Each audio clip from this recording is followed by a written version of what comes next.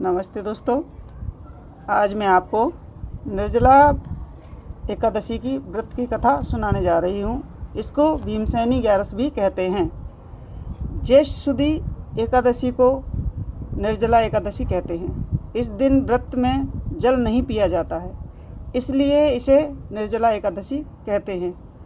यदि बिना खाए नहीं रहा जाए तो फल आहार लेकर के व्रत कर सकते हैं। यह वर्ष भर में सब एकादशियों से सर्वोत्तम एकादशी मानी जाती है। इस निर्जला एकादशी का व्रत कर लेने से साल भर की पूरी 1100 का व्रत का फल प्राप्त हो जाता है। पूजन विधि: इस दिन सब मटके में जल भर करके उसे ढक करके और ढक्कन में चीनी, दक्षिणा, फल आदि इत्यादि रख दें। ब्राह्मण को मटका दें, उसी ब्राह्मण को एक एक सीधा और शरबत दें। स्त्रियों को इस दिन मेहंदी लगाकर नथ पहनकर ओढ़नी ओढ़कर बायना निकालना चाहिए। एक मिट्टी के घड़े में जल भर करके ढक करके चीनी, रुपया रख करके और बायने के साथ आम रख करके और करवे पर पत्ती के सातिया बना करके ढक करके फिर हाथ फेर करके सास ससुर को पैर दे करके पैर छूना चाहिए। व्रत की कथा: एक समय की बात है, भीमसेन ने व्यास जी से कहा कि हे भगवान, युधिष्ठिर, अर्जुन, नकुल, सहदेव, कुंती तथा द्रौपदी सभी एकादशी के दिन उपवास करते हैं तथा मुझे भी यह कार्य करने को कहते हैं। मैं कहता हूँ कि मैं भूख बर्दाश्त नहीं कर सकता। मैं दान दे करके तथा वासुदेव कृष्ण भगवान की अर्चना करके उन्हें प्रसन्न कर लूँगा। बिना व्रत किए जिस तरह से हो सके मुझे एकादशी का व्रत का फल बताइए।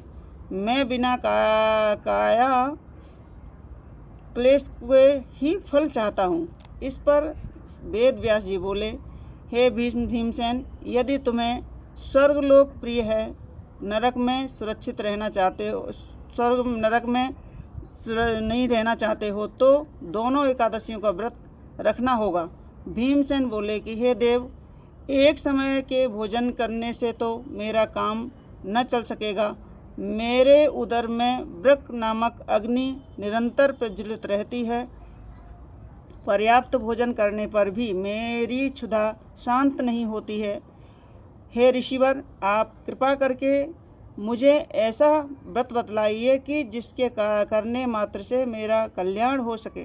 व्यास जी बोले, हे भद्र, ज्येष्ठ की एकादशी को निर्जला व्रत कीजिए। स्नान आचमन में जल ग्रहण कर सकते हैं, अन्न बिल्कुल नहीं ग्रहण कीजिए। अन्न आहार लेने से व्रत खंडित हो जाता है। तुम भी जीवन पर्यंत इस व्रत का पालन करो, इससे तुम्हें पूर्वकृत एकादशियों के अंत अन्न खाने का पाप समूल नष्ट हो जाएगा। इस दिन ओम नमो भगवते वासुदेवाय मंत्र का उच्चारण करना चाहिए एवं गोदान करना चाहिए। व्यास आज्ञा अनुसार भीमसेन ने बड़े साहस से साथ निर्जला का यह व्रत किया, जिसके परिणाम स्वरूप प्रातः होते ही संज्ञाहीन हो गए और तब पांडवों ने गंगा जल, तुलसी, चरणामृत प्रसाद दे करके उनकी मूर्छा दूर की। तभी से भीमसेन पाप मुक्त हो गए और इसीलिए इसे भीमसेन एकादशी से जाना जाता है। बोला विष्णु भगवान की जय।